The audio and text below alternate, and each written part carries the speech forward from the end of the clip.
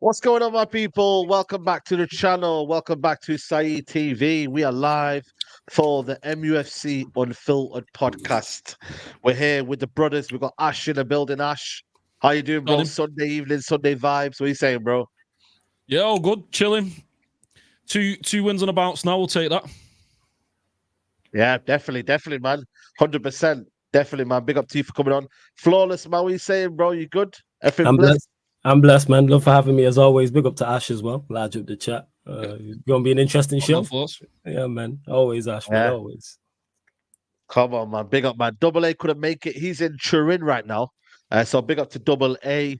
And also Andy Tate couldn't make it as well. So apologies on that one. But listen, man, we'll bring you a good show regardless. You said Double A's in Turin. Yo, he be traveling a lot, isn't it? You know what I'm saying? Yeah, Double A always be on holiday, man. He living life. Love to hear it, man. He loved to hear it. He's living life, man. Was he not in Spain the other week? Was it Spain? He's in Italy. Nah, he's in Italy he's now. In Spain the other week. Yeah, man. Spain was the other week. Yeah, shout out to Double A, man. Love to hear that. Yeah, man. Shout out to Double A, man. And like I said, man, big up to everybody. Yeah, man. Cracking game. I don't know if you see the Flawless. I did watch it. Yeah, I did a watch along. Yeah. Game, bro. Yeah. Very entertaining. Very entertaining. Very entertaining, man. Honestly, what was unbelievable game. Shout out to Chelsea. They did their thing. Still below us, but listen, hold tight, Chelsea. And also Man City, you know what I mean? The fact that they didn't win again this week, just a little bit sweet for us as well, man. So yeah, man, big up to everybody here. Make sure you smash a like on the video. We got some interesting developments, man, from David Ornstein regarding the takeover news.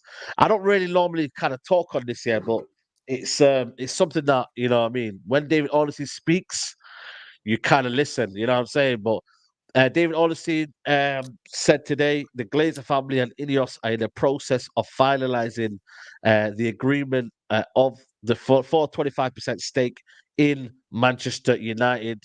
And he carries on to say here, Ineos will get sporting control of Man United, and the Glazers will take care of commercial side of the club.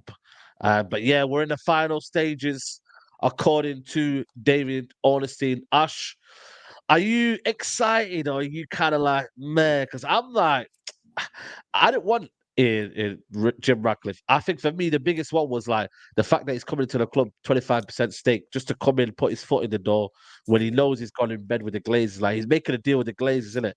And I don't really like that. We wanted a full sale. I think if you go to Old Trafford, majority of the signs say it's full sale only. Yeah, for sure. You know, so how do you feel, man, right now when you hear that news? Like, are you happy? What are you saying?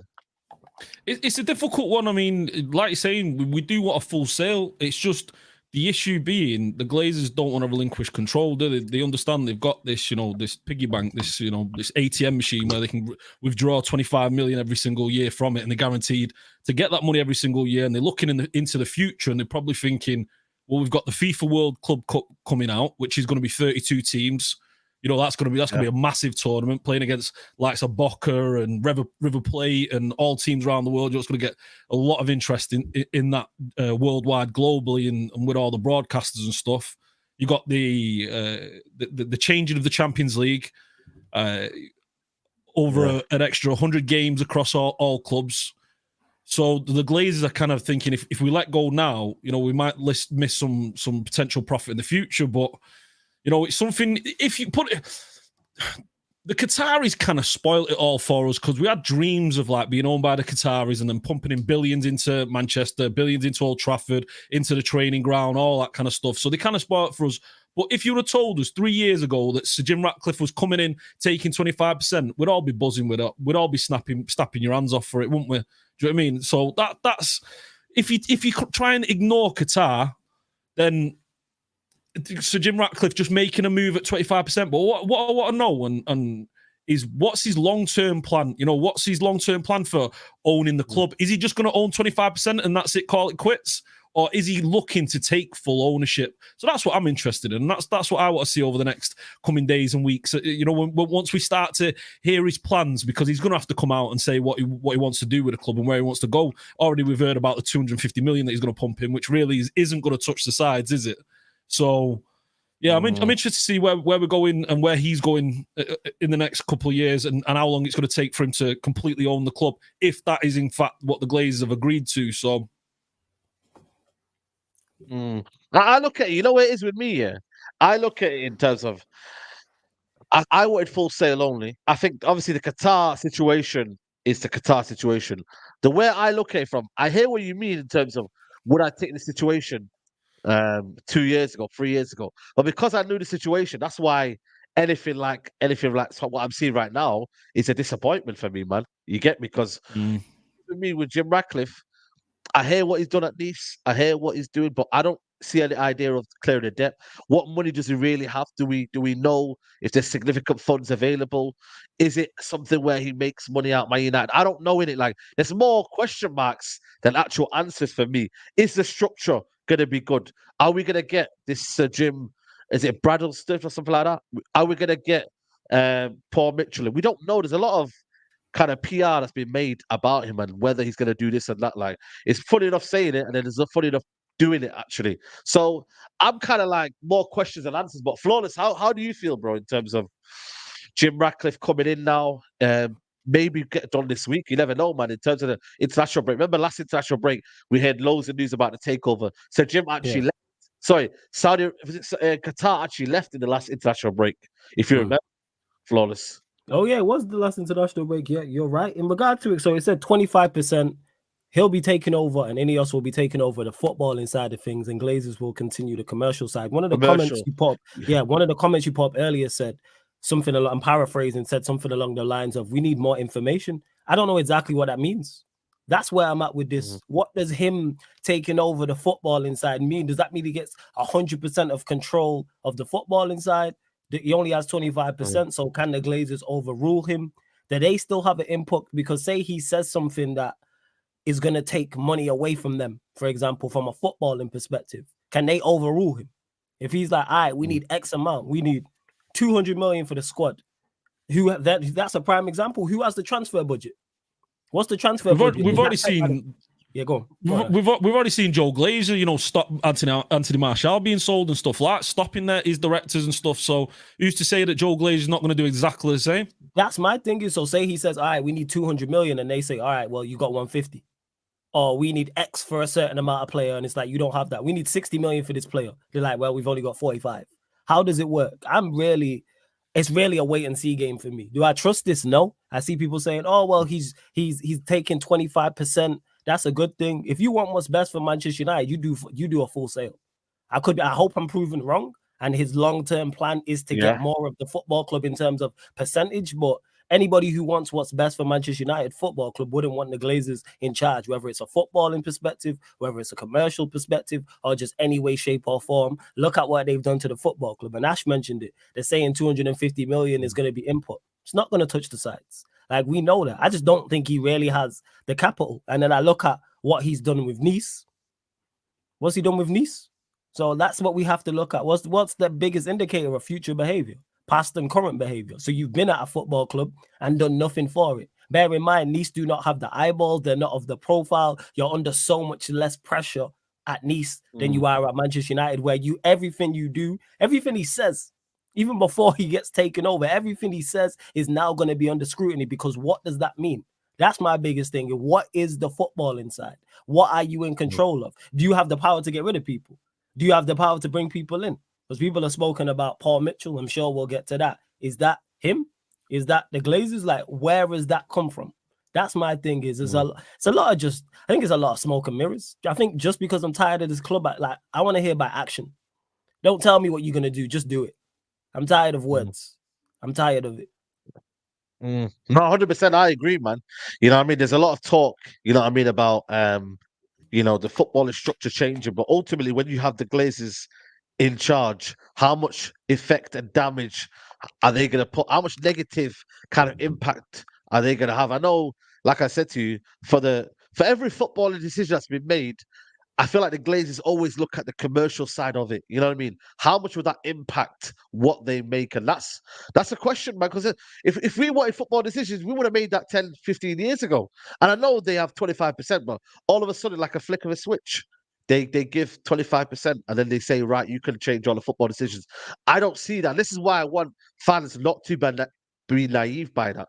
I think a lot of people have to have hope. Don't get me wrong. It's good to have hope. But a lot of it, you have to relax yourself and say, right, okay, then you have to wait and see. But also, you cannot believe anything that the Glazers say because these guys have told us lies and lies in the past before. So I feel like for me, I don't really buy into it. I never trust a guy who's coming to a role, who's a Manchester lad, who's gone into bed with the Glazers by getting into the front door. He's made a deal with the Glazers. I just don't trust this man. I really, really don't. Time will tell. Don't get me wrong, but at the same time, everything he says right now, I just think for me, nah, man, I cannot buy into it. I really can't, man, because we wanted a full sale. He knows what the fans wanted. They wanted a full sale, and that's where it comes down to. Unfortunately, man. Big up to Crunchy says, got to see how he plays. Don't drink the Kool-Aid. Don't drink the Kool-Aid, man. Don't drink the Kool-Aid. He's spot on. Do not drink the Kool-Aid, man. See how it plays out. But I don't believe it changes too much. I'm not gonna lie. I really don't see it changing too much. Yeah, go on. I want to see the crowd reaction. What's going to happen when he gets announced at Old Trafford? Because is he going to walk on the pitch? Do you know what I mean?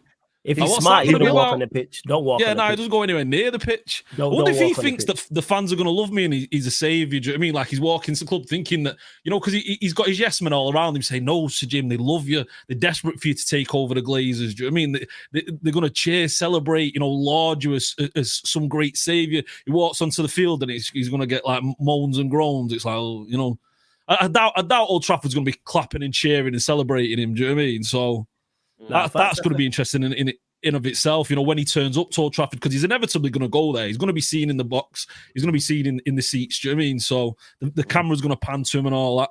It's going to be interesting to see what happens there with it all. And how much, in fact, he shows up and turns up at games. We've heard that, and the Glazers, never turn up. Very, very rarely. Yeah, even Sir Bobby's funerals tomorrow, there's no talk of him turning up tomorrow, which... it's kind of disgusting, to be honest. I know United fans don't want it, and probably Sir Bobby doesn't want it. But the fact that, he's been a steward, an ambassador for our club, do you know what I mean? A steward of the culture and kind of the image of our club for decades on decades. And they haven't got it within themselves to go to the man's funeral. Like, to show up, the family should be all there, I won't say front row, but second row at least. Do you know what I mean?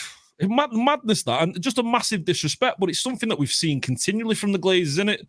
Disrespecting the club, disrespecting the players, disrespecting the institution. Just sums up the Glazer ownership, really, doesn't it? It really does. Like if he wants to get the fans inside, like that comment said, make some changes. Actually change the footballing structure.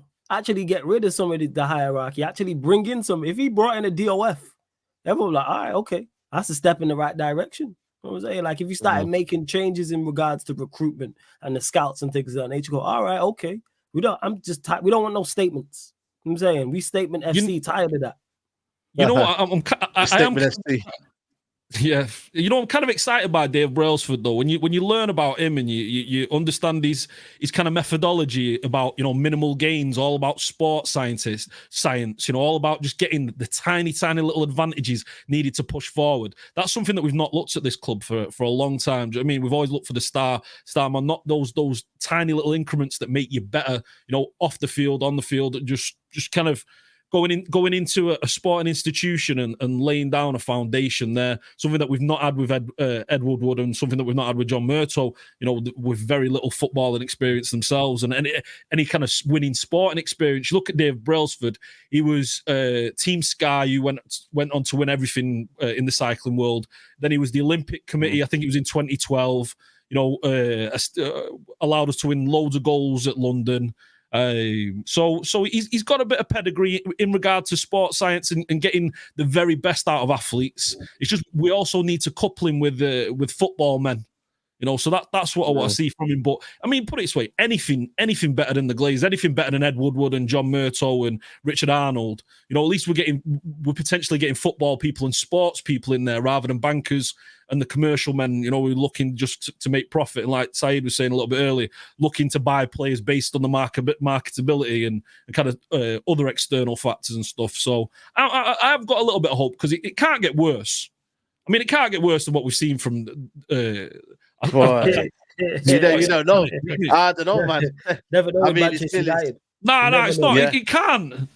It can't. Do you know what I mean? It has to. Especially like I said, you look at Nice and they're on a good run at the moment in Ligue 1 and stuff. Don't get me wrong. The 3 or 4 seasons before that were kind of bouncing up and down. And also, what's got me worried with Sir Jim is signing Ramsey. Getting Ramsey into the club and all that. Those kind of signings are worrying. So I suppose we get seeing it.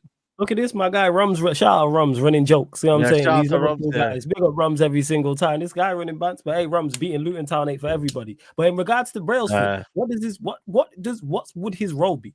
Like, what are they saying he's gonna come here and do? Well, he at the moment he's like the chief of sports across the Ineos brand. So he does the sailing. He does the runner, the first ever runner under I think it's the 2 hour marathon. The cycling team. He kind of he oversees everything that's going on within the sport group to kind of delegate and maintain the quality and just the standards really. So he'd come to Old Trafford and pretty much play the role of like maybe Ralph Rangnick wanted to be like a steward, someone who's looking to keep the standards up essentially. So that's what he does for the Ineos. No, 100%. No, 100%. You know what it is with me though?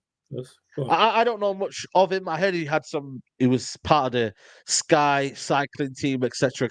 So he's more of a director kind of role. My thing is you're gonna have a CEO coming in, and also are John Murtough and these guys gonna leave as well, man? Richard Arnold and John Murtough. That's the key questions as well. Because if you're gonna bring people in that are specialists in their roles. So we're hearing that. Who's the other guy? What's his name? Oh, the sporting director. What's his name, man? Blanc. Paul Mitchell. Paul Mitchell. He's coming in. So he's coming in. And then this other guy as well, the French guy. What's the other guy called as well? Yeah, Blanc. Jean-Claude Blanc. So he's going to become what Richard Arnold's role was. And John Murtaugh's role is going to be taken over by Paul Mitchell. So that's what it basically is. Yeah, so that's what it's basically meant to do. But if we don't see that significant role and we see that, and the Glazers say, no, hold on a minute, we've got to keep our guys in there, then it's not going to work. You either let these guys come in and pick their men, or you don't do it at all. You can't muddle it all up. You can't mess around and be like, oh, we're not going to do this and we're not going to do that, but we'll do this and we'll do that. You've got to get these guys out, man. These guys have got to go, man, because they've been part of the process. This is why I always say, like, if you're going to get an institution out, you have to get everything out that comes with it. So the Glazers get phased out and then these guys get phased out because they're part of the cycle. They've made decisions with the Glazers. This is why when people say, oh, but it's not their fault. They're with them as well, If they're basically saying you agree with what they do. Okay, you're employed by them, but ultimately you've been in them bad decisions over the years. John Murtaugh's been here since 2013. We're going on like he just came here right now. Richard Arnold is a banker for the Glazers, so he's all part of it for me. So when you've got that kind of system in place, they've all got to go, man. All of them. I don't understand why there's this idea that they should stay and some of them should stay. Go. You know what they'll say? One of them's going to stay. Guaranteed one of them's going to stay because Glazers are going to want their man. They're not going to allow Jim to come in at 25% and run the entire club and then them not have their inside guy. They're gonna want to keep their and that's my issue with this, because I can see that happening. Where this is why it stems back to what I said originally. Yeah. How much power does he have? If he says, I want to get rid of everybody and bring in my own guys, can they say no? Can they say no, such and such is staying? So then what's the point? The Glazers are pretty much in charge with a puppy. You know what I'm saying? Or someone with think Fletcher's that inside guy, you know. Fletcher's been involved at like almost all levels, and do you know what I mean? You know, he's someone who I feel like is reporting back to him. So getting rid of Fletcher, getting rid of, you know, a lot of that kind of like team that's just hanging around, you know, lurking around Carrington, that would be a start. But again, that's something that you compare Brailsford, you compare Blanc and Paul Mitchell, already a massive upgrade on those three. I mean, the experience of Richard Arnold and Murtold, got no experience. You look at Blanc, who's been at Juve, took over after the cheating scandal with the referees, kind of brought them back to former glories and stuff, and helped them establish the new stadium, the Allianz Stadium and stuff. So he's got that experience, and he's got the track record of being able to bring a team back to the top and develop a stadium for a club.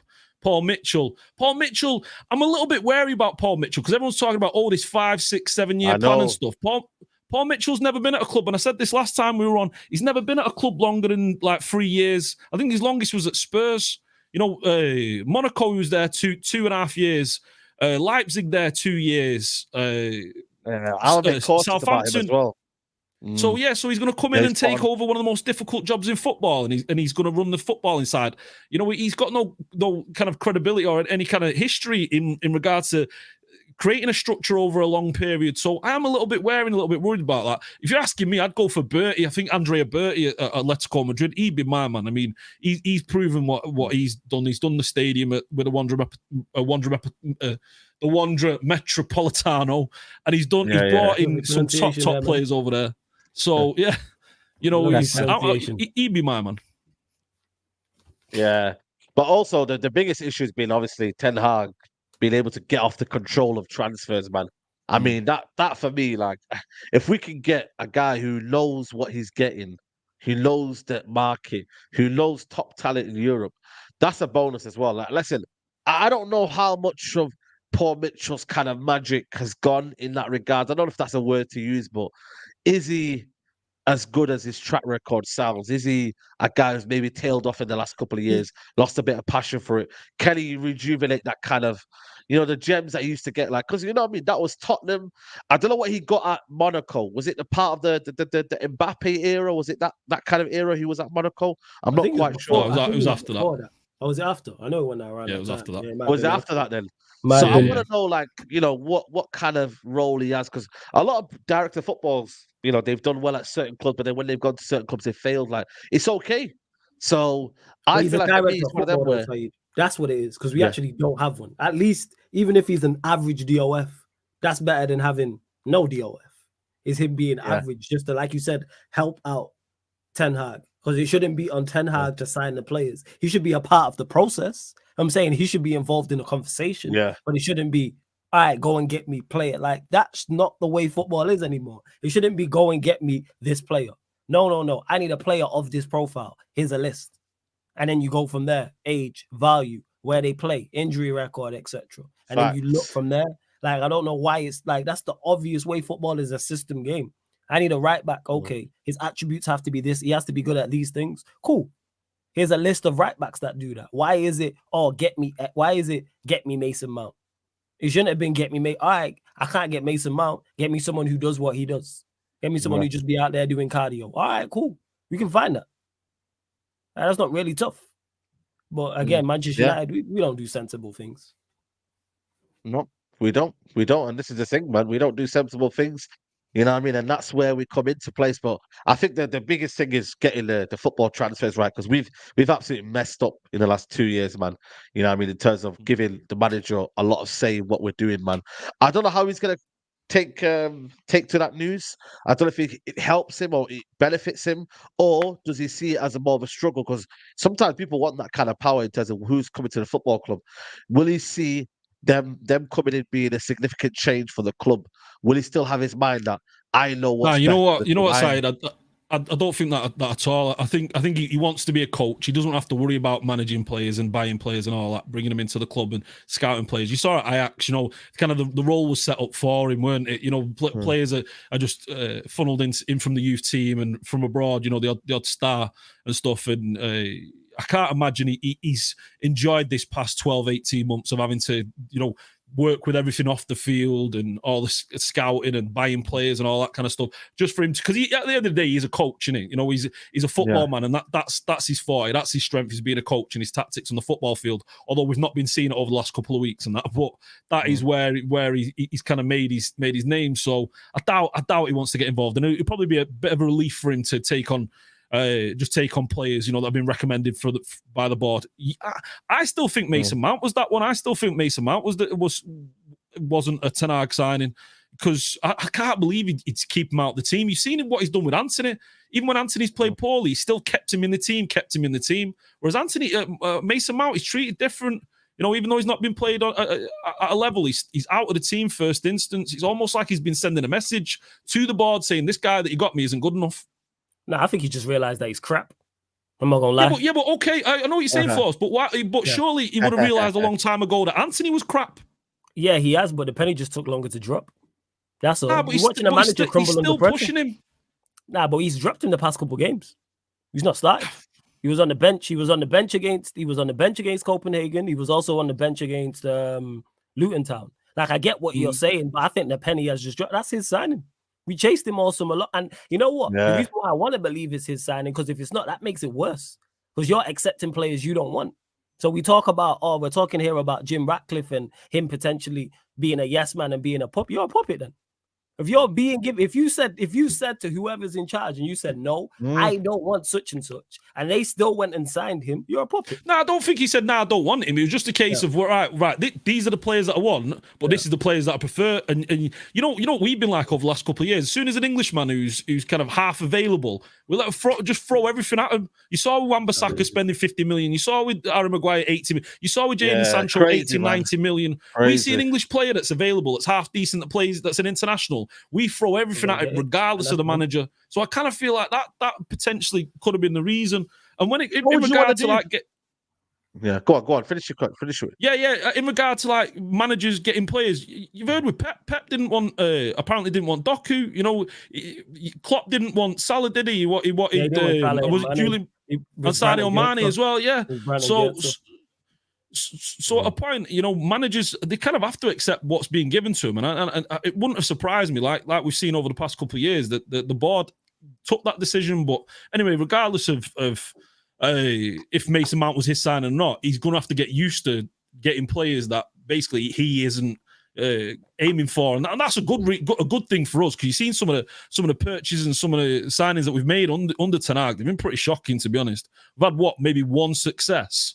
In Martinez, you can maybe argue Casemiro, Casemiro, 5-year contracts. That's rough, isn't it? It's few and far between. But what also adds to it, what Pep have is systems. So it's easy to assign. It's easier to go and identify players like a Doku for City. Even if Pep didn't want him, that still makes sense.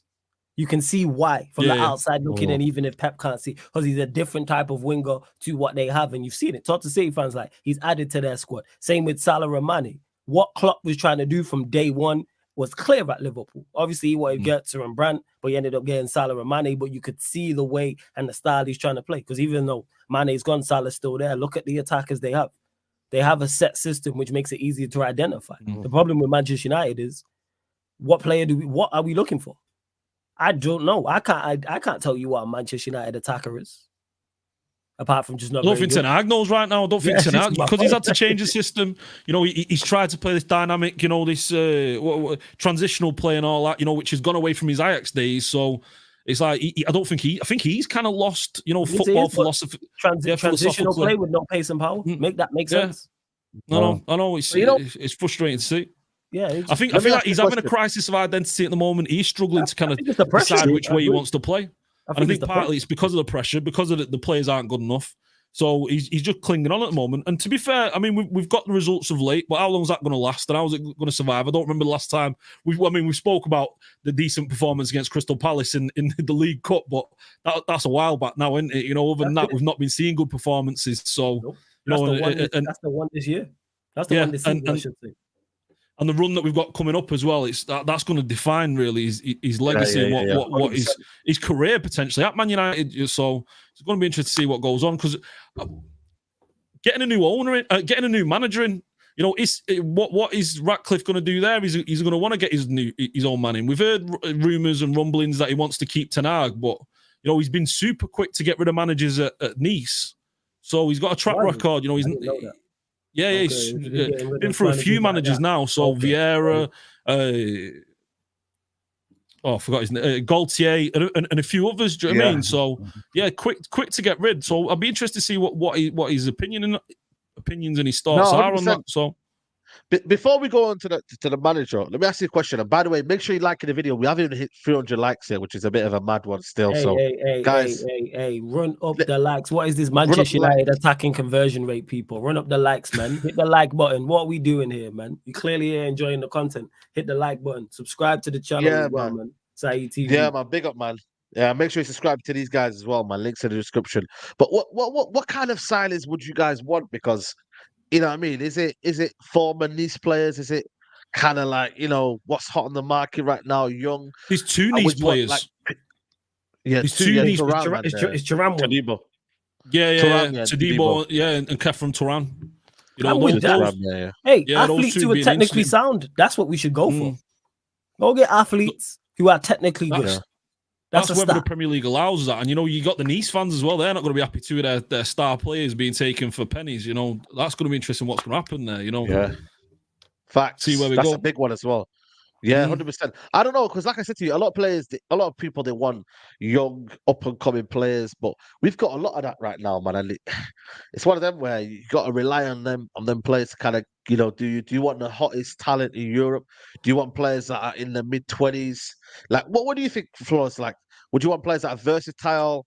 Like, in terms of the structure, in terms of where we scout, like, where would you want to scout, in terms of the new kind of structure? We need players for now. I'm saying we need players like, and when I say that, like, not necessarily ready-made at 80, 90, 100 million. So I'm not saying go and get the obvious names. I'm talking age-wise. We need players who can, but that being said, someone can be 21, 22 and ready right now.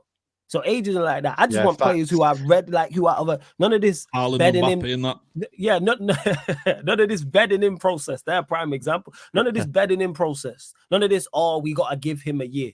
No. We have to give him 6 months. We need players very much like Martinez. That's a prime example. Now, that's what we need in regards to that. So I don't really look at age. I don't really look at experience, because you can be 22 and ready and go straight into a team. Bear in mind, the quality of the Premier League is not that good. And after we beat Fulham, and I look at us in the table, I said, how are we 6?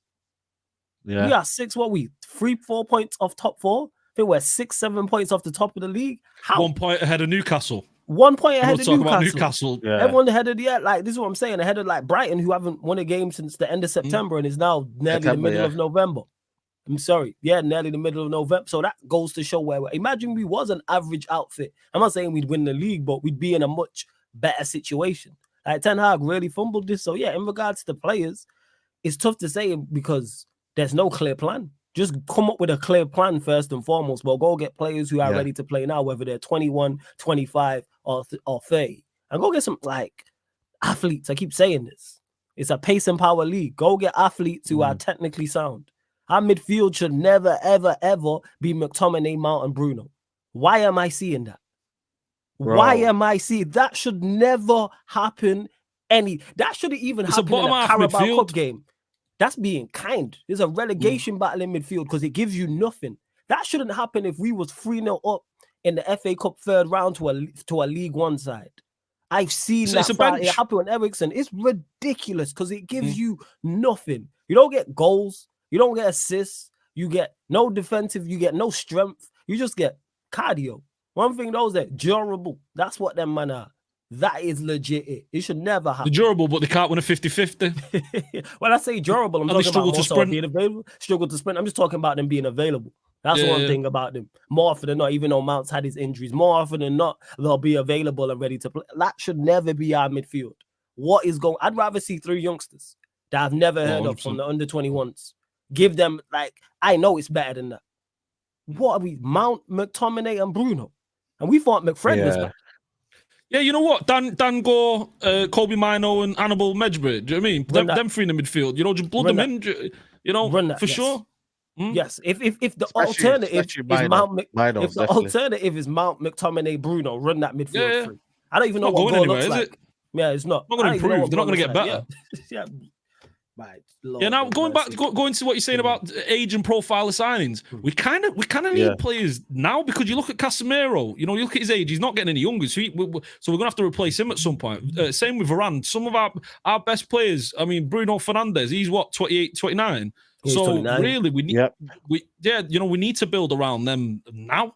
You know, we can't be waiting for 3-4 years, because in 3-4 years' time, there'll be no Casemiro, there'll be no Varane, there'll be no Bruno, there'll be no potentially Wan-Bissaka and a few others. Maybe that would be a good thing. Who knows? But but then you look to Europe and you look at like the 28, the 27, 28, 29 years old. I'm just not seeing the quality there. You know, I'm not seeing like top tier quality that can come in and really make a big difference. I think you've got to kind of look to that emerging talent. I mean, Tchouaméni would have been a fantastic buy. You know, we were linked with Bellingham again. Would have been fantastic. These rumours and talk that Gavi is having issues at Barcelona and stuff. He's someone that should be looking at. You know, but this potential for much younger players to be brought in, and you look at our squad, it is now becoming one of the oldest squads in the Premier League. You know, average age is something like 27 to 8. You look at Cities, you look at Diaz young, he's what, under 20, 24, under 25, and all these players are all under 25, yeah? You got Diaz, you got Haaland, you got Rodri around about that age, you know, you got Foden. They've got a real young team that's coming up, that's going to be that team for the next 5-6 years. Yep. We're still like grasping at players, hoping that we can find some kind of chemistry and unity with our team. They've got theirs. Theirs is solid and built, and they just have to keep, plucking and finding the odd little improvement in and around Europe, which they seem to do incredibly well. Someone like an Antonio Silva at Benfica, he'd be someone who'd be looking at. I'm not a fan of the Sporting Lisbon left centre back. Not a fan of him. He's been linked with Real Madrid and stuff. Diomande, is it Diomande? No, not Diomande. I forgot his name. He plays a left centre back for Sporting. Not Isco. I think it begins with an I. Completely blanked on that. But yeah, he's good in a back three. Yeah. Let us know, chat. Inacio. That's it. Inacio. Yeah. Inacio. He's good in a back three, not in a back four. You know, he's suspect. So, and one-on-one defending. You watch him enough times one-on-one defending. He looks like Harry Maguire on the turn. That's why he needs to play in a back three. Whereas you look at Antonio Silva he's class. He looks the business. He looks like someone who's going to be like the next Ruben Diaz. You know, a baller him, and he's only 19, I believe. So someone that we should be looking at. And you know what? We have a decent track record with buying youngsters, don't we? So it's part of our culture, you know, and it seems to be the only option at the moment going forward. So the only thing is, I don't want to be told, like we were told with Anthony Martial, it's going to take a year or two, or it's going to take. I want them to be top tier youngsters now that can come in. I mean, and then supplement that with a few kind of bench players like that Brentford at Everton, the centre back who's looking decent at the moment for them, but that's not going to potentially cost us 80 million. You know, you got to be back, yeah. But he's signed a new deal. He's signed a new deal. So again, you're going to have to spend a lot to kind of get them in. You know what I mean? So, you know, you've got the likes of Kobe Mino coming through. You've got the likes of Ahmad still there. There is a young group of players still there. There's talent coming through, but the problem is, Alvaro Fernandez looking decent. Yeah. For what? Who's he again? Granado, yeah, as well. Yeah. So there's a lot of players out there, but again, I don't know. I don't think they'll bring him back, to be honest with you, and I don't think he'll be right as well, man. I think the contract runs out next summer, so whether they sell him or not is a different situation. So I don't know what they'll do with him. It does, but then again, they might think, you know what, we'll bring him back.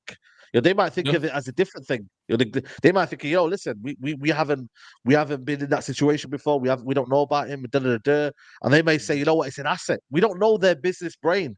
You know what I mean? Right now, they're looking at it from their point of view. So I don't know, man. You got also Sancho as well. Does Sancho stay? Does Sancho go? You know, there's a lot of Varane leaving as well. There's also a lot of mess that we have to get rid of as well. Like, how much players did they get rid of? I think bringing in players is good. You've got to let players go as well. Got to let players go as well. Get rid of everybody, man. Everybody got to go. I'm tired, man. Well, Clear out everybody, man. Everybody, whole squad, manager, coach, everybody, hierarchy, everybody, man. I'm tired of these, man. I'm tired. Everybody. Shaw, Lindelof, Maguire got to go. The low probably got to go as well. Yeah, the low. McTominay has to go. Ericsson has to go. Yes. Mount, bye. You just got hit. Bye. Anthony, see you later. You know what I'm saying? Yeah. Gone. Here's Martial. It's a wrap. Show's over. Sancho, you're my guy. You gotta go. The list goes on. It's short of who to keep, and the vast majority of players I'm keeping are squad players. I must start Shaw gotta go. Bye, man. You know what I'm saying? It's Shaw's gotta go. Do you know what I mean? He's not the answer. You know? I'm saying at best he's a backup centre back, which is all well and good. Yeah, cool. Yeah, ruthlessness. No flawless for CEO, man. Yeah, CEO flawless. Director of football flawless, yo. Yes, I'm telling you, man. You know what I'm saying? Direct these men to the exit. That's what it is. Direct these men to the exit. I'm tired of these, man. But you know what it is though? Like the problem is now, we've made a lot of losses, but again, it's one of them where how much does it impact the transfer window? You know, we are in the debt that we're in right now. Like I'm struggling to see how we can get rid of these players because, like I said, we're gonna find out how good they are selling as well. One thing Man United have been bad at is selling players, man. Bro, like we have made peanuts. Like we sold Di Maria for I think 5 million less than we bought him for. We sold Lukaku for the same amount of money, I think. Bro, when was the last time United sold a player well? Like maybe Dan James. Yeah. It's like Elanga 15 million. What was that about? Like Man City getting 40 million for him.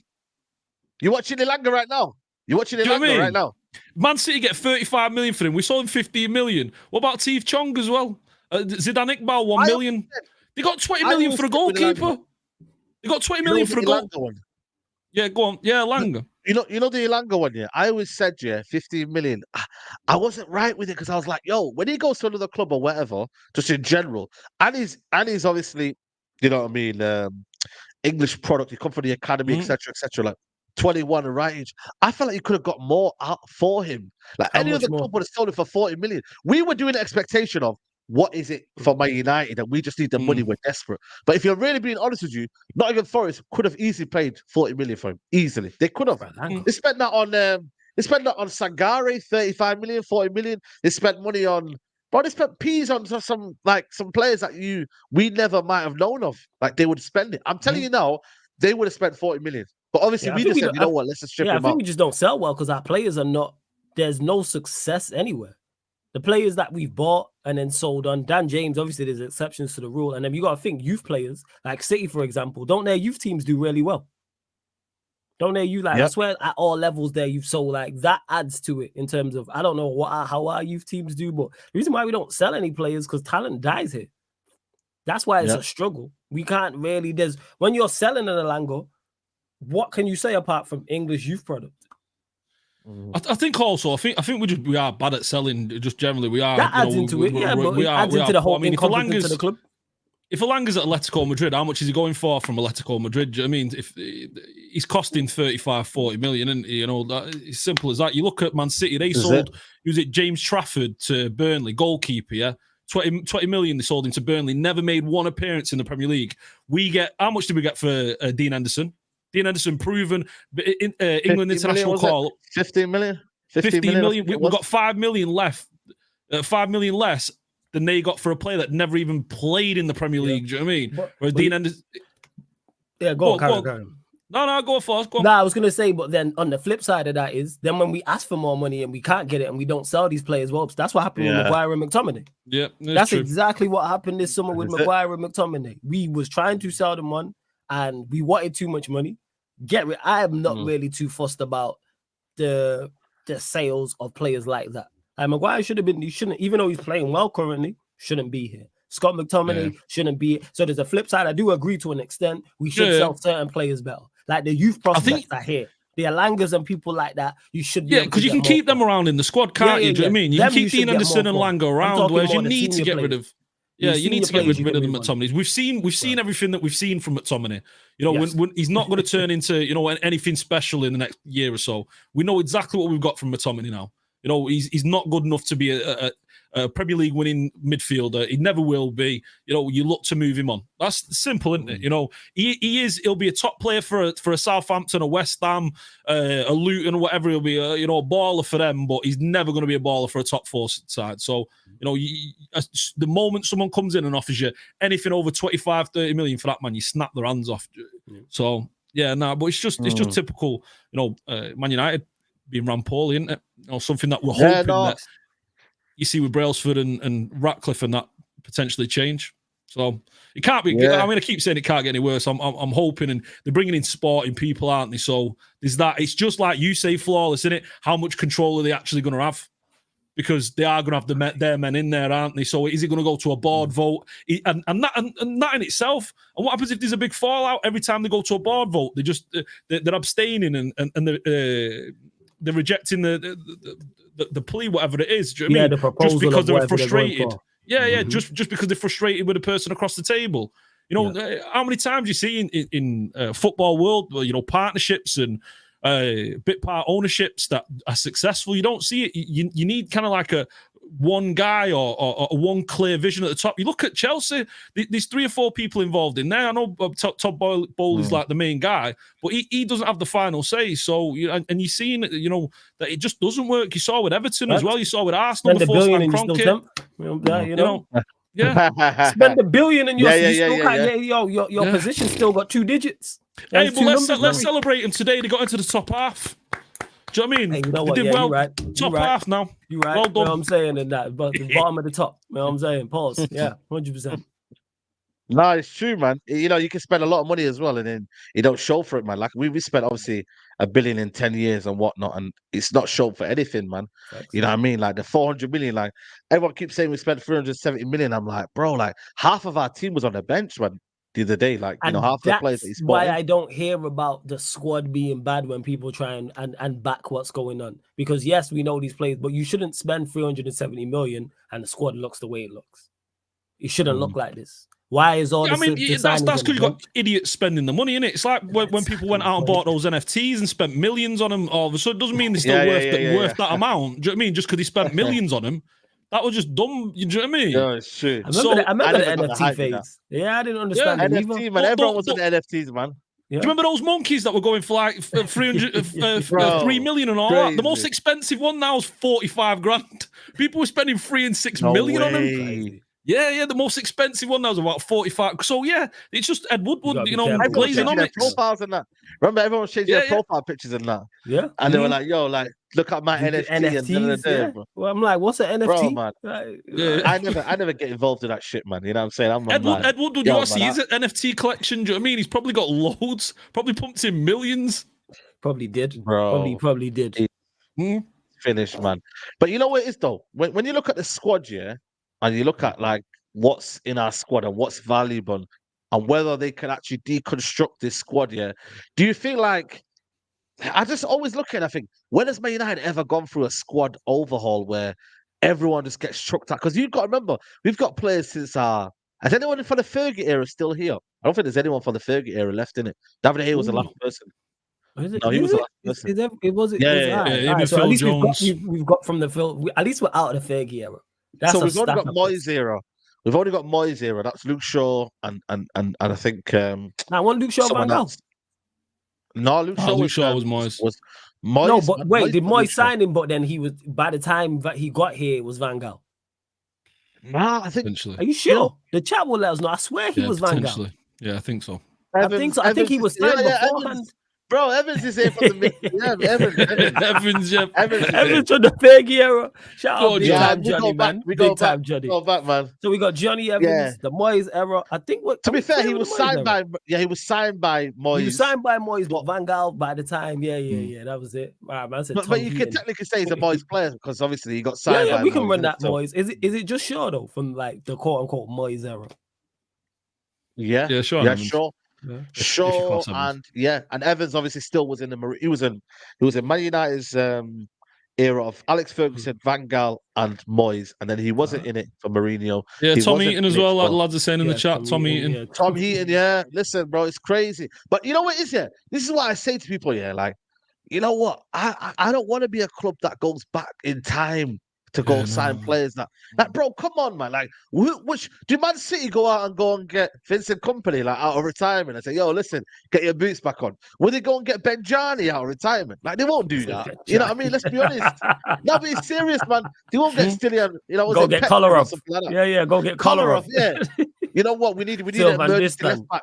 We need, someone. Oh, they ain't gonna do that. This is what my club like. People say, oh, but it's only a short term. It's about experience. No, it's also where your club's at. Like, you have to go backwards to kind of, you know, it's like when someone's in debt, and he keeps telling you, yo, bro, I've lost money this weekend. I need your help. I need your help.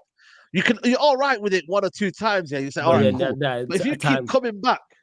You keep coming back and say, nah, bro, I'm done with you, bro. Like, you gotta find your own way back, man. Like, you know, you keep not helping yourself. That's the thing with United. Like, every time, give me the car. I'm paying this debt. Do you know what I mean? So give me the car. Come on. Yeah, that's that's the thing is the problem is because we spend money poorly. Our squad's already a terrible mess, and then when we buy more, it just adds to the mess. So then we'd have to spend more to then not only get rid of the mess we just made, but the original mess, and then the original mess, and then the mess before, like in regards to players. Like, that's the problem we have because there is no clear plan. Like, that's what it is. There's no clear idea of what we're trying to do exactly. This is why all the players we sign players in the same position, but they're completely different. Make sense. Can't lie, I was hype about Onana and Amrabat though. You know, Amrabat's kind of been a little bit of a Onana I like, but yeah. I like Onana. He's starting to turn around. Mount I was one for maybe in the future. You know, he's got potential. But that's a prime example. Like, all right, Mount, we signed Mount to be the upgrade on Eriksen when him and Eriksen are 2 completely different players. Make sense. That's the prime example of what I'm talking about. We need an upgrade in that area. Well. You go and sign Mount. Then we're looking for another midfielder. Then you go get Amrabat. I believe you would say, all right, for Casemiro. But they do different things. Even though they're more we needed a centre back. It's looking like we need 2 centre backs, maybe 3 now. You know, when you look at Varane not starting, Maguire and Lindelof. Maguire and Lindelof. Do you know what I mean? So, you know, that Reece Bennett kid coming through, he's nothing special. So we can't look to the youth team either. So it's looking like we need at least 2 centre backs. We need a striker. Potentially in midfield, we need fullbacks. So it's the never-ending story of the 5 players that we continually need. We're signing all these players, you know what I mean? But we constantly need these 5 players, you know what I mean, to add to the team that we've got to go spend 200 million on.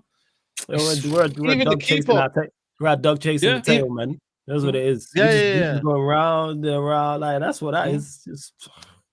But even the keeper, like, as much as, listen, I love Onana, but he isn't like, you know, a mainstay. Like, I'm not saying he's the next keeper for the next 10 years. He's 27.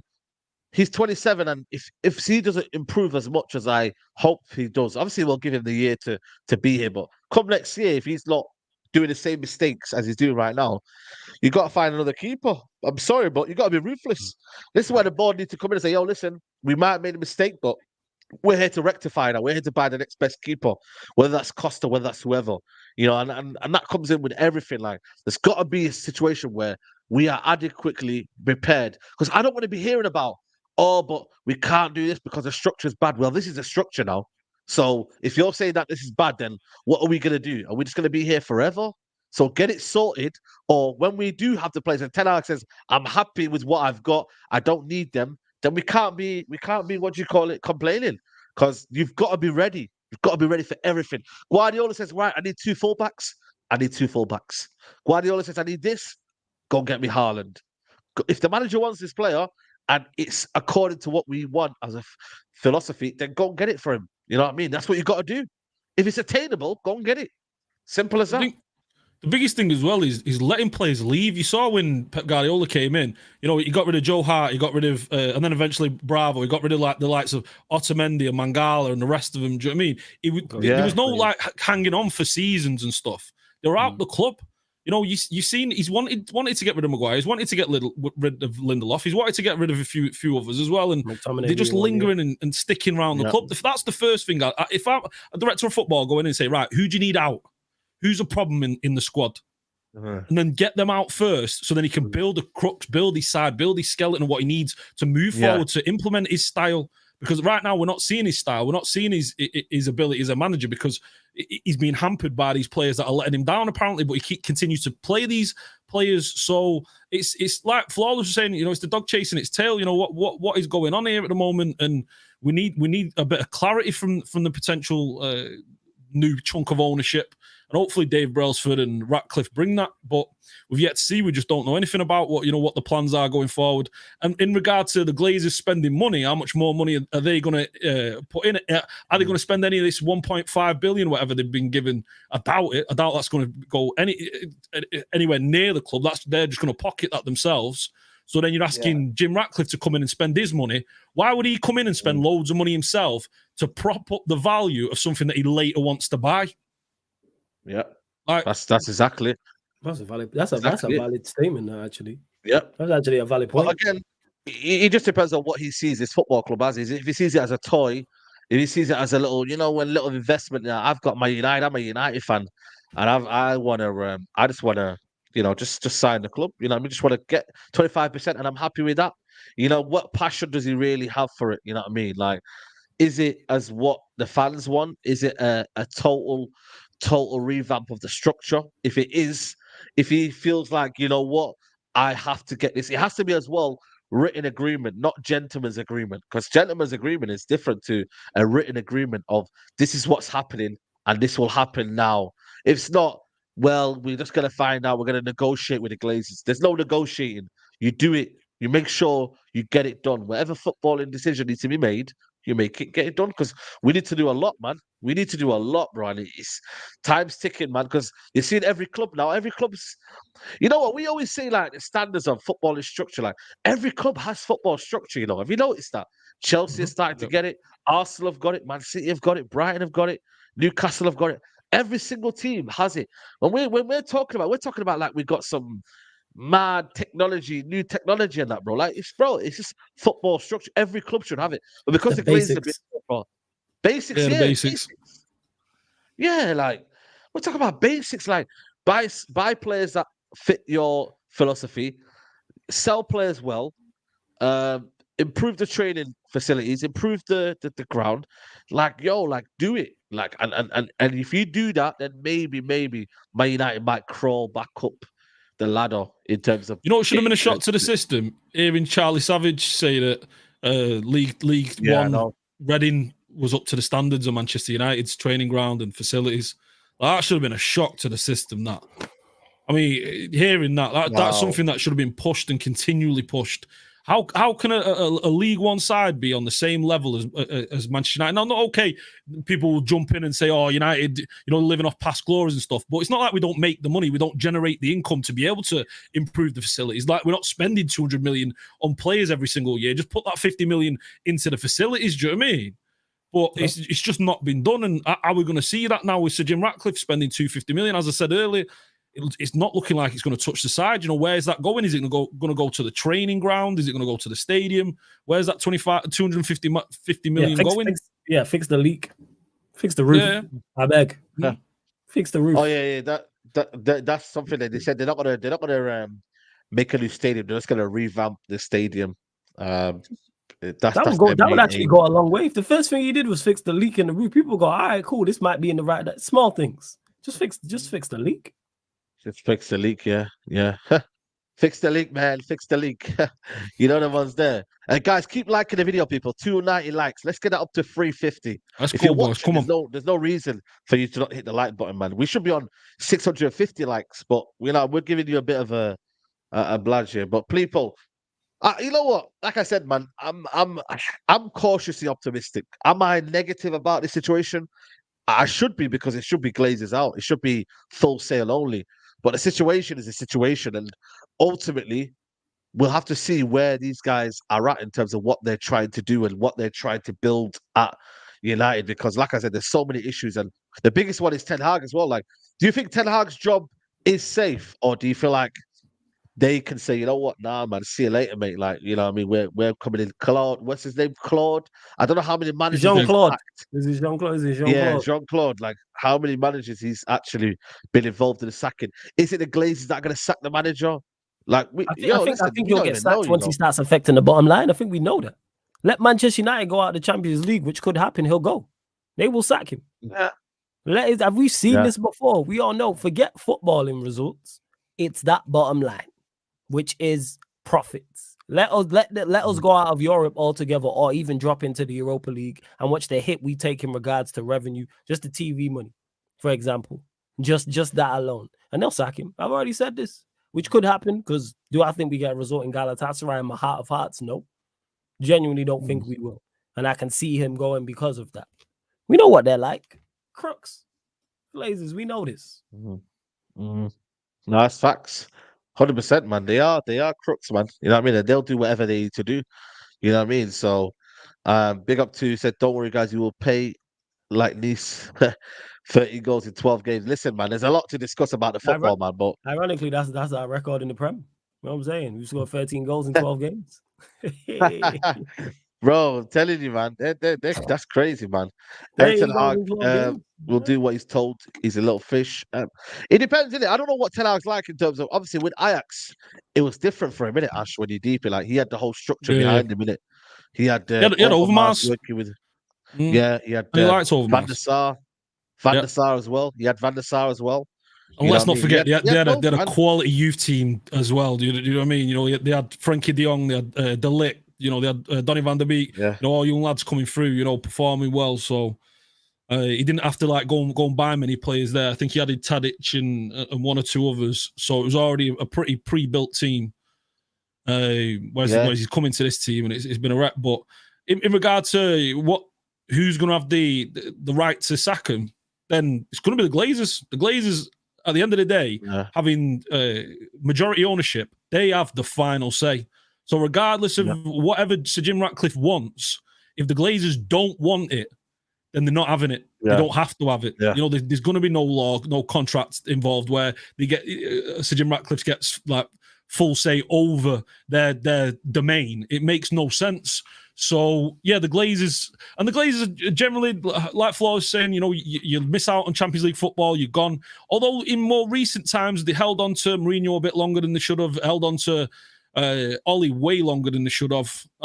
So maybe it's a case of they don't want to sack Ten Hag because they know how much it's going to cost them to sack Ten Hag. You know, that's got to be taken into account as well, because that's going to cost them some money. So, and is there a ready replacement out there that's going to get the fans on side? I'd say the only one that gets the majority of casual fans on side would probably be Zidane. That would turn everybody's head, wouldn't it? You know, I'm not saying he'd be the best option. He wouldn't be my choice.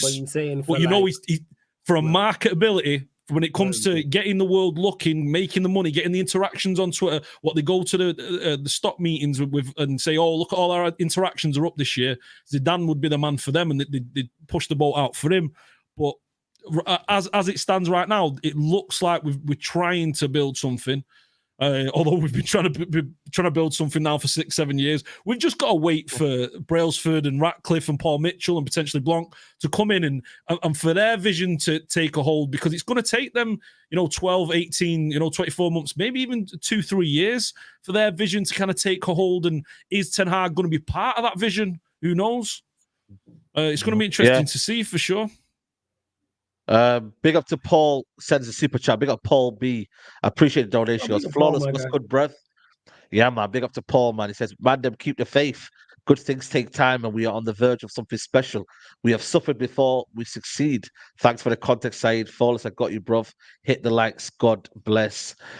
You know what? That's a good. You know, it is. I like to hear that. You know, Paul B. But I don't know, man. Yeah, you like the fact that he's lying to you, man. I appreciate it too, innit? If somebody lies to you, that means that they love you. No. On a real note, yeah, that's genuine love, innit? If you go lie to me about certain things, that means you like me enough to lie to me to try shield me from the truth. I like Paul. Paul, my guy, he be in my chat on a regular basis, and he said the same. He said the same to me a past couple times. I just can't see it. But yeah, go on, Saeed. I'll let you respond. I just want to say you know what it is though.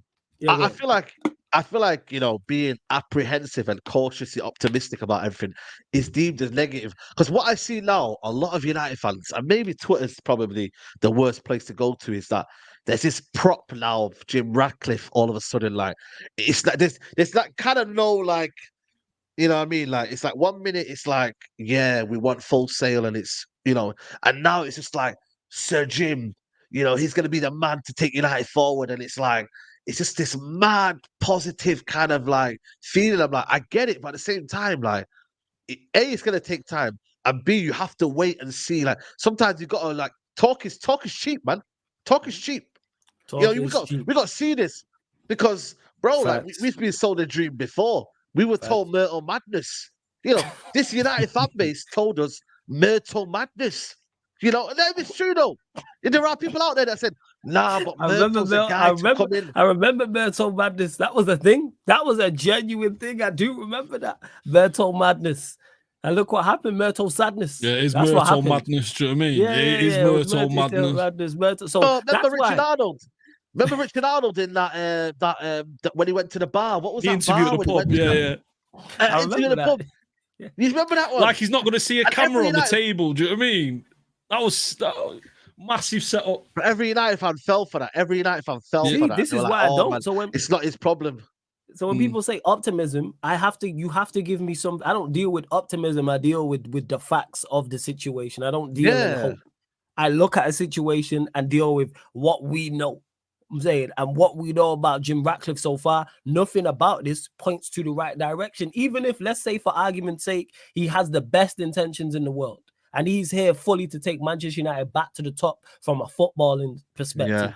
He has 25% control. Like Kaneki said in the chat, big up to my guy Kaneki. What can you do if you own 25% of a house? Can you paint a room? It's real. Can you paint a room? Like, that's legit. How much you still have to seek permission? So therefore, we're still under control to an extent. How much extent we don't know. By the same people we all agree are crooks. Big up Hugo as well. So that's why I'm looking at it. Now, if you had 100% of control, I'd be like, okay, I can see legitimate change. If you had 51%, be like, what are you doing with 25%? And we've not heard anything. Like I said, we'll see. But talk is cheap, Saeed, like you said. Talk is very cheap. And we've been here before. Myrtle Madness. Richard Arnold. Myrtle Madness. What was saying? Richard Ten Arnold, Hag man, last season sold me a dream. Last season, I thought, we're going to kick on from this. And we're going to continue playing this way and add to it. And look at the way he's just done a complete 180. I mean, is that to go on the defense for a moment? You are seeing now. Look at Spurs. They've had a few injuries, falling apart. You look at Newcastle, had a few injuries, falling apart. Same with Brighton and stuff. So, I mean, I'd be more happy to say I'd be frustrated with Ten Hag if he would have had his full team, his full squad. He would have had Lisandro Martinez, because you look at Liverpool last season. Once they lost Van Dijk, their season collapsed. So it's one of those where I am looking at the team, and the team's not good enough. We know clearly, we can see that clearly. But getting his kind of playing style to these players, I don't think that will ever be the case, because they're not the kind of players that are able to build up with possession. You see that with Evans, Lindelof, Maguire. They can't control the ball. The moment anyone comes within 5-10 yards of him, in regard to like a press, they panic and they can't make a 5-10 yard pass. Do you know what I mean? So I would be excited to see what he could do with some decent ball playing centre backs. That's all what I see from Ten Hag, really. Him to get a centre backs. Now, him making the mistake of signing Mason Mount when he could have bought Kim Min-jae or Jay and could have bought into Debo.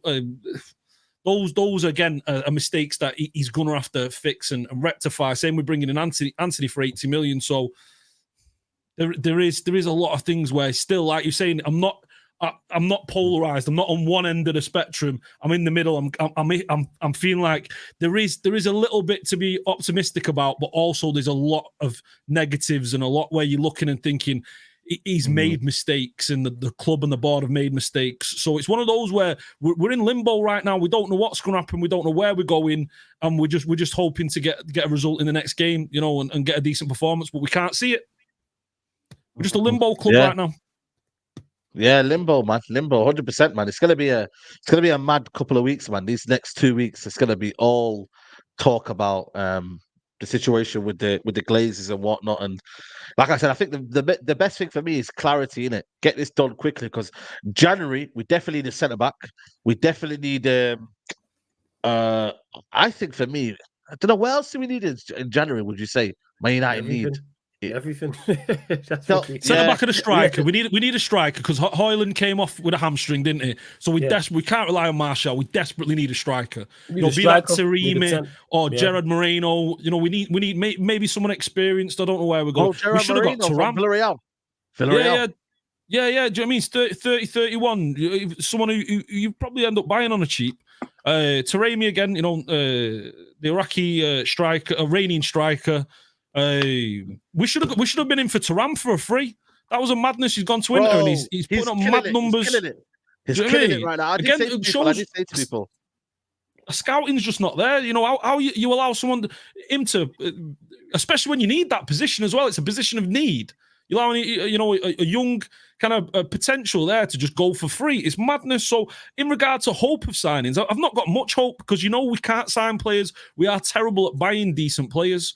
When you look over the last 10 years, we've maybe had 3 successful signings. So in regards to hope for signings, I don't have too much hope. But we desperately need a centre-back. We desperately need a striker. Those would be the 2 positions we're looking for. I don't believe that we'll be buying anyone. I think it's got to be a loan, like we've seen the last couple of years with loans. Ivan Toney. I wish. Madness. I would love Ivan Toney. I wish, but he's gonna cost you 100 at least 70 million, 70, 100 million. Isn't he free in the summer now? No, his contract runs out 2025. So it's a year left. Okay. So big money then, big money. So you could still, even though, like, because we have a year left, like, it's still, the price would be down. But yeah, we need, striker, I agree with, definitely. Centre back, definitely. Central midfielder also. Right winger, because we don't create and we don't score. It's a lot. Like, we need a lot. No, definitely not. Not for me. Not Cunha. No. You know what? You know, as a makeshift, and apparently he's been mooted to move.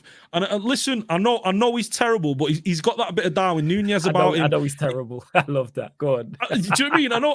No, but he's got a bit of Darwin Nunez about him, where he scores magnificent goals, and then he can't put away simple chances. You know, Alvaro Morata.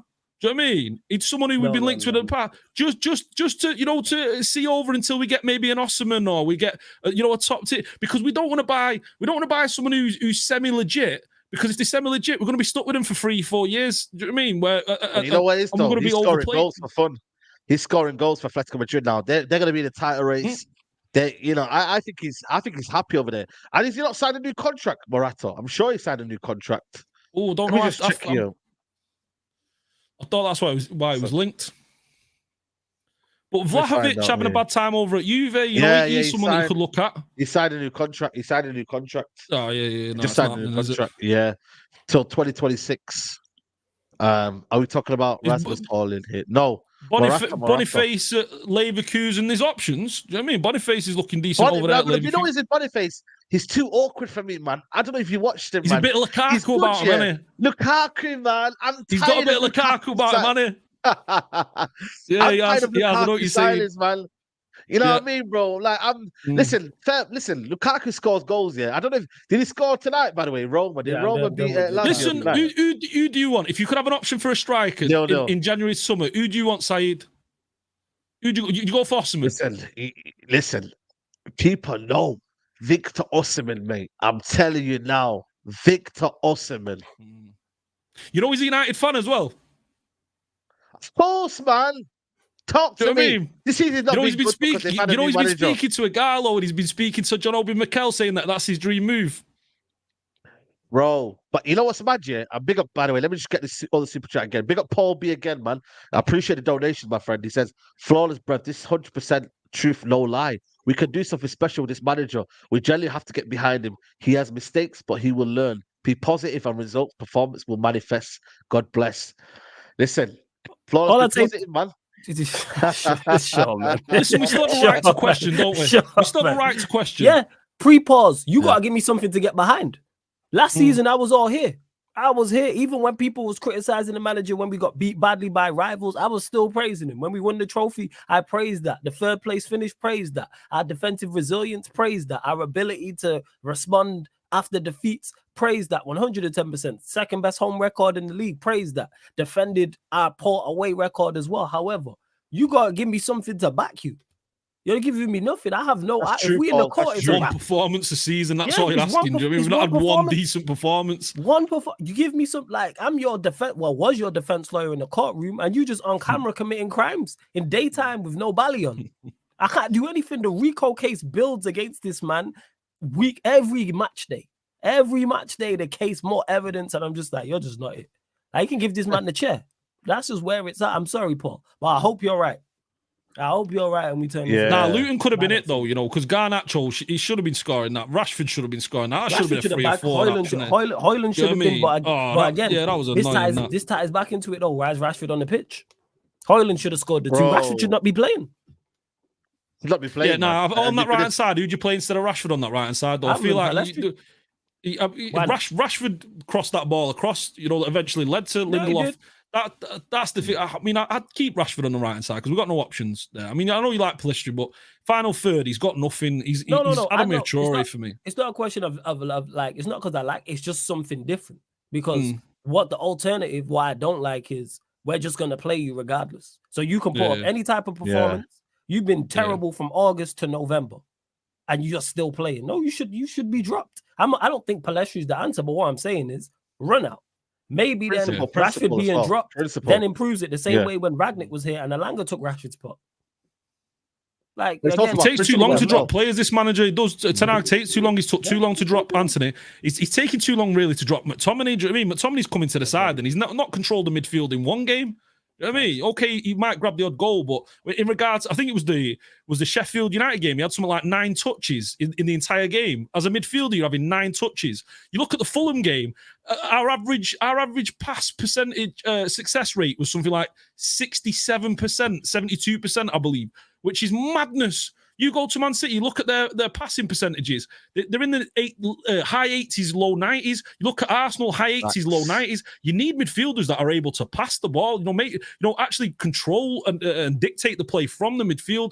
And you're never going to get that with McTominay. You're never going to get that with, I mean, don't get me wrong. Eriksen, I feel like probably should be played higher up the field because this dropping a little bit deeper. You know, he's not got the legs for it anymore, has he? You know, it's clear to see. We can all see that. So. And that's what Flawless is saying is that Ten Hag's not showing us enough for us to be hype behind him. I back him. Ten Hag's my guy. Don't get me wrong. He's my manager. I back him. But I need to see more. And my patience is wearing thin because it's poor performance and bad mistake and bad choices time after time.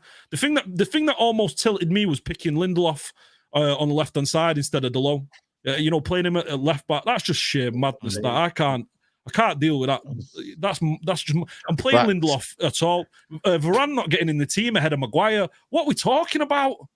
Varane not getting in the team ahead of Maguire, ahead of Evans, ahead of Lindelof. You're going to play Lindelof and Maguire over Champions League Varane? What are we talking about? This is why that's stuff that's just he's mental. He's baffling. Because he's making basic mistakes. That's what it is. That's my biggest issue. That's why I can't back this. You're making basic mistakes. Well, how can I do you picking Linda? By the way, yeah.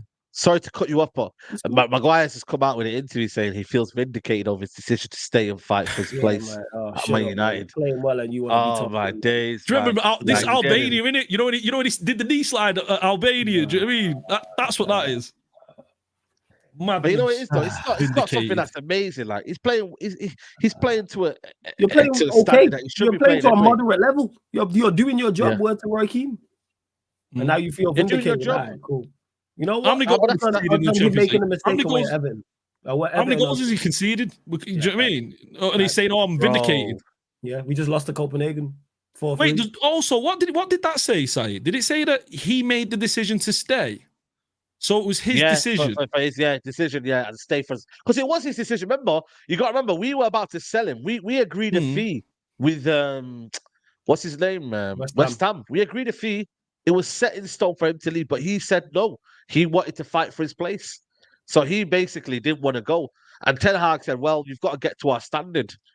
And then obviously, for some reason, Ten Hag and Varane fell out. And then obviously now, it's one of them where Maguire and Evans are now seen as the savior, or Lindelof.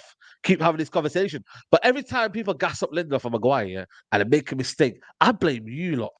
I don't blame anyone else. I blame you lot. Because you say, oh, but he's back now. Varane's back. Sorry, Maguire's back, and Lindelof's back. No, they're not. They should have been so time ago, man. I'm tired of remontadas, man. Now I'm tired. Luke Shaw remontado. Dalot remontado. Like, bro, get these players gone, man. I'm being serious, man. No more. That should be the title of one of your next videos, man. No more remontadas, man. No more remontadas, man. McTominay remontado. Again, McTominay's playing well. Bro, McTominay isn't playing well. He's just being a basic performance. Like Luton Town, they were doing their thing. They were bopping it around in midfield. Yeah, he wins the ball back. He does a few things here and there. But bro, like, the problem is with us here, if we want to go forward and we're talking about football structure, we're talking about everything like that, everyone has to leave. Now, all these players that have been here for so many years have to go. Like, you have to start fresh. If you don't, then you're going to be relying on the people to let you down, and that's on you. If you're putting your hopes on the players that have let you down in the past, and you're saying they're your guys, and that's on you, man. You're going to have to hold the L. You're going to have to hold that L. Simple. Paul B says, Flawless, send me your number. We need to chat. This is not a you, bruv. You are an optimistic person. Easy to chat. Get me on a calling show or something, and I'll explain. I'll be running calling shows during the international break, Paul. So you're in my chat. I'll be running calling shows during the international break. If not next week, the week after. So feel free and that. Yeah. I am optimistic, but like I keep saying, I don't have blind faith. I don't deal with hope. I look at what's going on, and the way we look shouldn't be it. All I'm asking for Manchester United to be is an organized and flawless unit. Yeah, that's it. I hate to say it, but what have you got to be optimistic about? This is it. I would love to be able to. I'd love chat to tell me what is the thing that's making you optimistic about the way we're moving at the moment. Yeah, like what is the one single thing? Yeah, what is it? Like, there's nothing. Like, I wish there was something like last season. Like I said, without going back into what I just mentioned, there was plenty. And I held on to it. That's why I celebrate when people are like, oh, it's just the Carabao Cup. I celebrated that because we hadn't won a trophy in so long. And I didn't know when celebrating trophies, even though it's the least prestigious, we still won it. And we reached the FA Cup final. That's pluses. Like I said, being defensive resilient, pluses. Every game we was going into, I thought we could win last season. Every single game, I genuinely thought it might have. Yeah, even if we went a goal down, like, this team had something about them. And we seen it countless times. I was saying, like, countless times where we was in the Barcelona game. That's a prime example. 1-0 down at halftime in that tie. Well, 1-0 down in the game, and I think it was 3-2 on aggregate, and we turned it around in the second half. That's just an example. So I don't understand where the optimism's coming from. I don't do blind faith. I'm not just going to be emotionally clouded because I love Manchester United Football Club. Like, no, show me something. We're not even an organized unit. Saeed mentioned it. Everybody else has footballing structure. I see teams with less talent than us be structured and have organization. But hey, we move. Yeah. Like Martial now, I rate highly, but I think it's time we call it a day. Yeah, Martial. Like, all of this Martial FC out the Martial's 3 years ago. 3 years ago, we should have gotten rid of Martial. Do you know what I mean? We're talking about now. No, that was Remontada, man. It's remontadas. I might use that. I'm not gonna lie, Saeed. I'll quote you when I use it. No more remontadas, man. I'm tired. I'm tired of it. I'm tired of remontadas, bro. Just waiting for players to turn around and perform. This doesn't happen in any other profession where we're waiting 6 months, a year, like 2 years, 3 years, basketball, 5 years. You watch basketball, innit? Yeah, basketball. You don't wait around. Yeah. Like, there's no waiting around. It's like people still backing. I use Luke Shaw. He's one of our longest servant, and there's still a conversation. Oh yeah, Luke Shaw, this and that. Bring him back. He's gonna change that. Really? Been here from 15? Was he here? Yeah. He's almost due a testimonial. And we're still talking about him. Okay. We tried to give Phil Jones one. I'm like, well, why are we giving Phil Jones one? You get me? Like, well, what's he done? I know he's won one Premier League trophy and a couple. Like, come on, man. Let's not do that, man. You know what I mean? He don't deserve a testimonial, man. He's as bad as the Glazers, just reaching off the club. Well, there you go. You know what I mean? So, allow that, man, about remontada and that, man. You just got to, for me, like I said to you, man, it's one of them where I just want to know this football club is going in the right direction. And like I said, man, we'll find out soon enough because, it's going to be a big January transfer window. big summer ahead, you know what I mean, and whatnot. And like I said, I don't know. Like, I just look at the gap now and I'm like, there's not a lot of gap. Before, back in the day, you could say, you know what? We'd be coming back, but we're back, man. Jim Ratcliffe, everyone's like, yeah, we're back. Now you can't really say that because everybody's got the money and everyone's got the structure. You can't really say that, bro. There's no guarantee Some good success right teams now. out there as well. Some good teams out there. teams, You look bro. at Villa's team, You do you know what I mean? Looking decent. You know, you look at the Bro, Brighton's their team. team, half of their players, I would take, you know that right now. Oh, 100%. Diaby. I take McGinn over McTominay. I'm telling you right Oh, now, 100%. McGinn, mate. If you 100%. watch your Hey, McGinn. I ain't gonna lie. I You got take man in my Watkins. I got man in my Saturday league team. I take over McTominay. You play midfield. Like, I'm not gonna lie. You know what I'm saying? Like, he's that bad. Like, I'm being serious. Like, Bro. the bar's on the floor. I take Digne over the our left back regular right now. Mike Cash too as well. Yeah, you know what I mean, bro. I'm telling you now, most of the players, I take Douglas Luiz. Are you crazy? Douglas Luiz, bro. Are you mad? Yeah. Like, let's not do this, man.